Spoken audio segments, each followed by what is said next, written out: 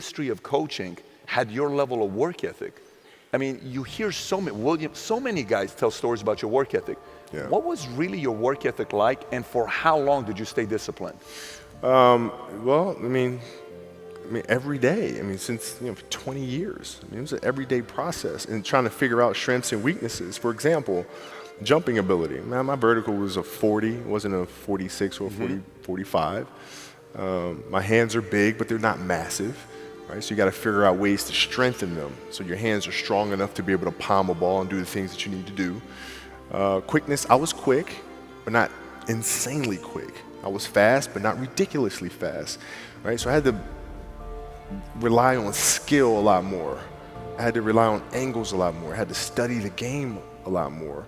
And but I enjoyed it though. So like from the time I can remember when I started watching the game, I studied the game, and it just never changed. Technical question here. Let's see how you can answer this. Who would Shaq be if he had your work ethic? He'd be the greatest of all time. If Shaq had your work ethic, he'd be the greatest of all time. Greatest of all time by a mile. Sure. He'd be the first to tell you that, for sure. I mean, this guy was a force like I have never seen. I mean, it was crazy. A guy at that size. Generally, guys at that size are a little timid and they don't want to be tall. They don't want to be big. Man, this dude he did not care. He was mean. He was nasty. He was competitive. He was vindictive. I mean, I wish he was in the gym. I would have had fucking 12 rings.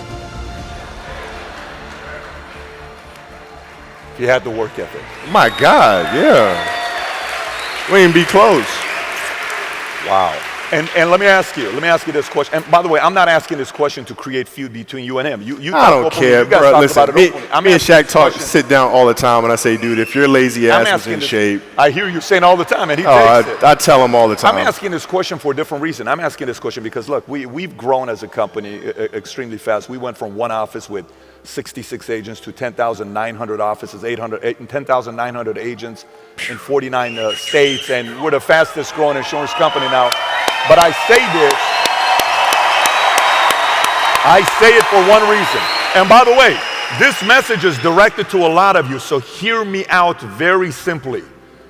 The fact that you say the work ethic side, the fact that you say work ethic side, and you say, hey, if he would have worked that hard as I did, do you think if he would have had the same level of commitment to the game as you did, you guys would have had fewer feuds between each other?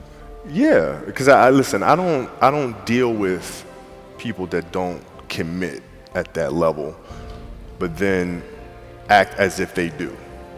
I don't deal with that. I don't. It's real shit. I mean, listen. So, like, we used to get into stuff all the time because it was like, he would say, okay, Kobe's not throwing me the ball.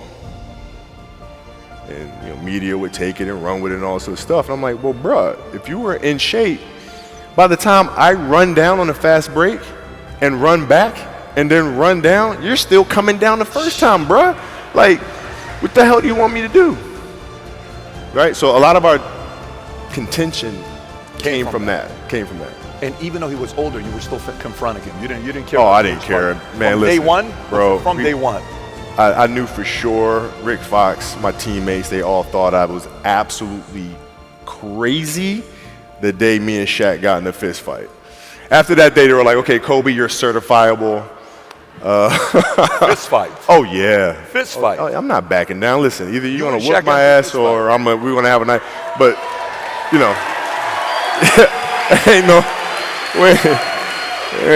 There's a level of respect, and for Shaq too, by the way. I know he's told me that day was a big turning point for him because it was like, he's generally used to talking trash and saying what he wants, and nobody really stepping up and challenging him on that. And when he saw me challenge him on that, he was like, "This kid's crazy."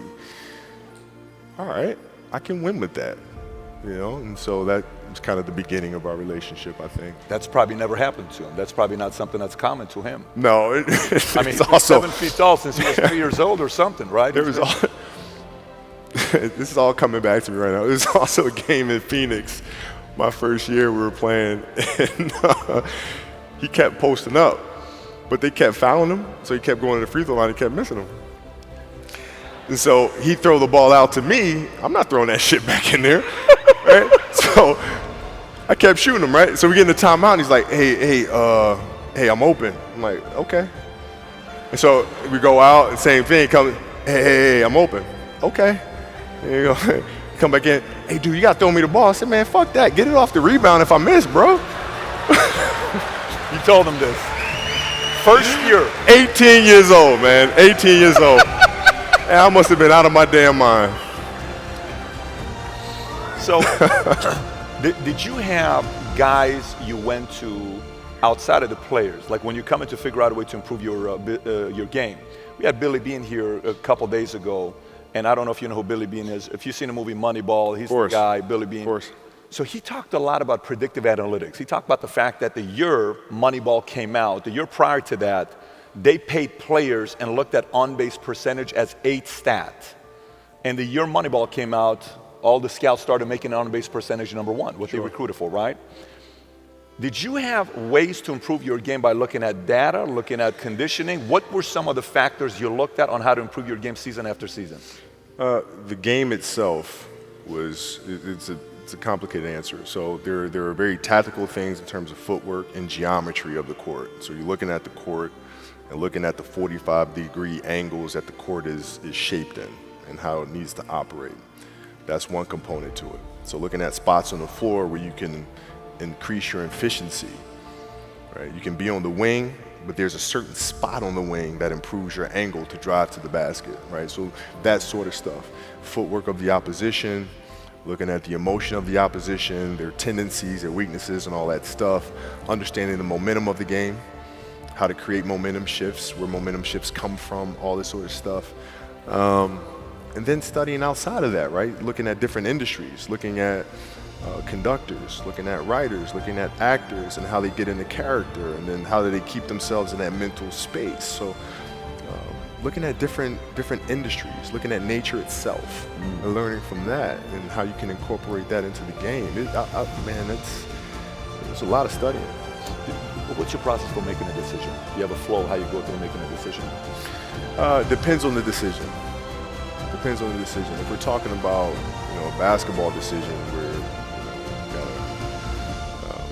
gotta read a certain coverage or something like that, I mean, a lot of that comes from the pre-work and understanding what their defensive package is and how to put teammates in certain situations. So, for example, if you look at players nowadays that are charged with taking game-winning shots, making game-winning decisions. And you look at the play, and then you look at it and say, okay, well, that shooter was there, the double team came, and, the player couldn't do anything but pass the ball, right? Well, that's because they didn't do the pre-work, right? So when you do the pre-work, you understand, okay, this team in this situation likes to run a double team from this particular angle. All right, so I'm gonna clear that side out, force the double team to come from a different angle, move myself to a space on the floor where it's going to take a long time for the double team to come, and now I can circumvent the double team and get to a place on the floor where I can knock down a shot or get to the basket. So it's all that pre-work.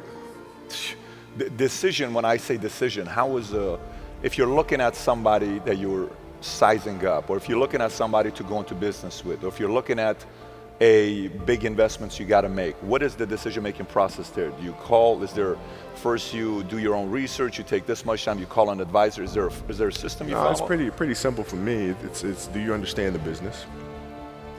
Is it a business that you can help in some form or fashion? What are the barriers of entry to that business? And then the entrepreneurs themselves, the company itself. Right? Do they have a culture that you believe is sustainable? Are these leaders people that you believe in? Are they people that are obsessives? And in turn,